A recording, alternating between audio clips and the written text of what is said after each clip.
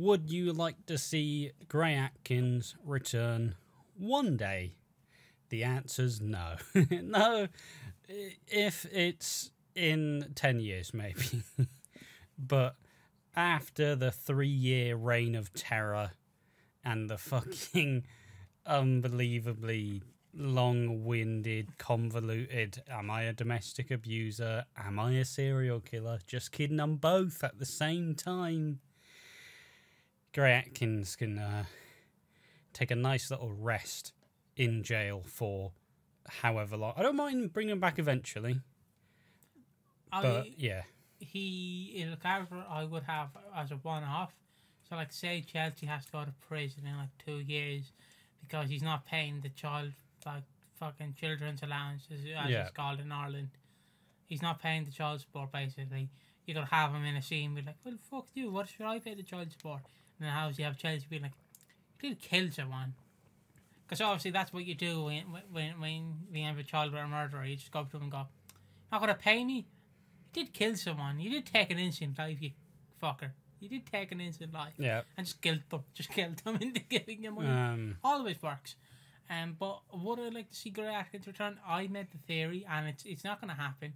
Because I know if it happens, there will be I think it would be more outrage than the recast of Michelle Fowler.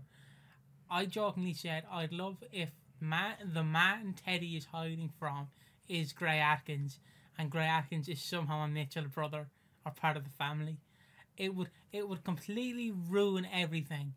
But my God, that 3-minute, like that final, when the episode just ends and it's revealed that he's a Mitchell, just to sit back and be like, yeah, just to see floods of comments complaining. I mean, floods. It would be something. It'd be fucking shit is what it would be. It would be, but you fucking... It would ruin it. It's not even wanting to watch the world burn in a funny way. It's just garbage. It's just garbage. Fucking terrible. But yeah, I can't lie as much as I hated him. He brought so much drama and excitement to the show. I'd personally be open to seeing him return for a short stint, maybe during the 40th anniversary or somewhere else down the line. See, you run into one problem. No, you run into one problem. He is a serial killer, so he is serving time in jail. He necessarily can't pop out to go grab a cornetto from the shops. He is a bit stuck in prison, like, you know what I mean? Unless he's going to somehow sneak out of prison, like a fucking jailbreak out of it. But yeah, this comment says no. Yeah, I like Grey Atkins is the period of EastEnders that I genuinely went, I'm not fucking watching this shit. I'm done. I was missing out months. I'm like, fuck this shit. And then when it ended, it's like, oh, thank God it's ended. And then Whitney was one of the key factors in doing it. And it's like, the problem is, I guess it's in a comparison, it's like when you're making a trilogy of films. The first one's good, the second one's good. You like the character so much, you're like, maybe I can push it past 3. Maybe they'll give me a 4. Basically, like the Rocky films, just like, I can do 1, that's good. 2, I can do. 3, yeah. 4, we're starting to fall off. 5, oh no. 6, we're about 20 years doing this, 20 years later. Should we really be doing it? That's the problem with Grey, is where they found that they enjoyed him so much, they kept trying to push him. Does that make sense? They kept trying to do more. Yeah, and it's like, he can only do so much. Like, I'm not really one to I tend to not shit on acting. Unless you're sack. But Grey Atkins was fucking awful, man. Like, he was fine. I think he was supposed to be, like, really kind of... It felt like he was trying to be like Patrick Bateman from fucking American Psycho. So he built himself up so much to try and be this really, like, cool guy, but still he's too, like, conceited to actually be like a normal person. That's how I describe Grey Atkins. And it felt like he wanted to be Patrick Bateman from American Psycho, but also didn't have the charisma to pull it off. Also, the problem is Patrick Bateman, like, American Psycho is such a great film. And also with American Psycho, they made a sequel that wasn't supposed to be a sequel to the film. Mm. They basically went, oh yeah, here's the film. These people approached them and went, yeah, this is the film we want to do. And then they went, well, we smell money. How about we have Patrick Bateman in the film and he gets killed off by like a 5-year-old? It's like, you've ruined the film. I mean, that's a lot of sequels at that time. Yeah. It's like, Basic Instinct was great. You know, we all remember the scene where she bloody flashes the fucking detectives and they all, like, fucking, you know. And then they do Basic Instinct 2, and the whole point is the ending of the first one. Spoilers, but if you've not watched Basic Instinct at this point, you can fuck right off. Is whether or not the guy dies at the end, because she has a habit of fucking finding a bloke, shagging the tits off of him, and then she murks him with a fucking ice pick whilst he's tied up to the bed. But does she do it with him? Not in the first one. In the second one, he's gone. Because they couldn't get him back. Fucking wild movie, man. A great movie, Basic Instinct. Good fun. Yeah, but I do agree with the Patrick Bateman thing. I'm imagining him just doing the... But I also think me making that comparison has made it sound like a lot better than it was. I've made it sound like it's really it's a really cool, like, layered performance. It's not. Like, I'd describe Nish, if he was played by a terrible actor, is what Grey was. I'm just imagining him, and I don't know if you've seen the iconic scene where they're comparing cards. I'm just imagining him leading up and going, let's see Whitney Dean's card, business card, or him doing the who he lose in the news. I say that I've not watched American Psycho, so. Oh, it's a great film.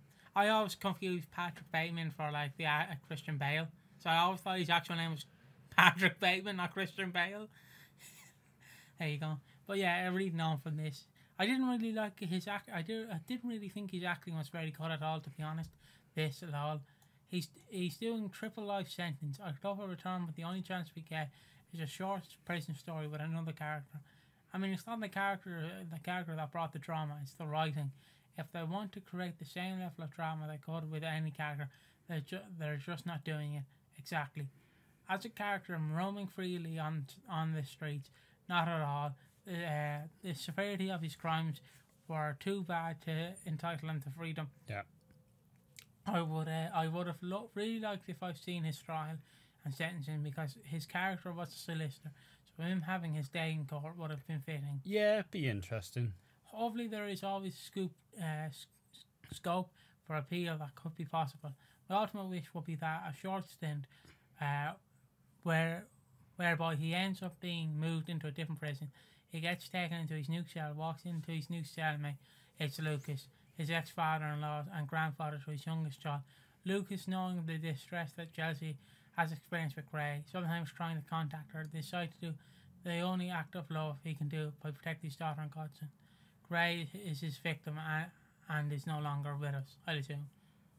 Sorry, I can't read, it's zoomed out, sorry. Grey's financial assist gets split 2/3 to Mac and Mia, 1/3 to Jordan. The kids financially well taken care of for a number of years, whilst Chelsea and Karen / Mitch never have the possibility of Grey's contact ever again.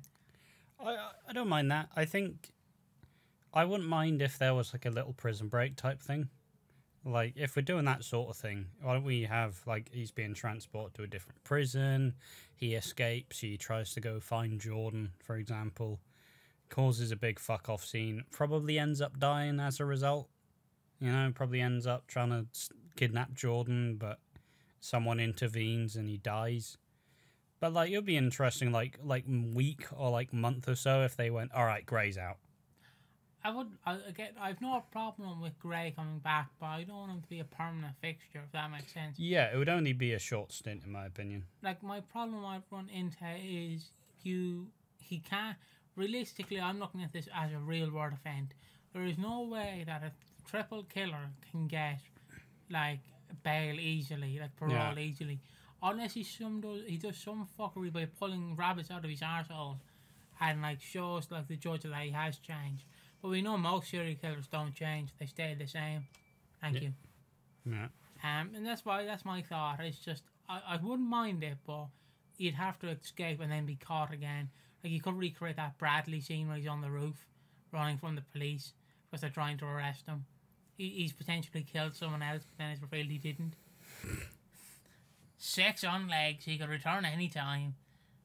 He could escape under a catering truck. That would be true to life, lol. I don't know the backstory to that. Do you want to do it? Can you do the one above that? Can you just do that voice? No. Yeah, exactly. Nope, but I still hope we get to see the actor in something as playing a good guy for once. There's no. I mean, let's be real. Has he really gotten any other work? I don't know. All they ever see about him is that he's married to one of the women from Girls Aloud, who's in Emmerdale.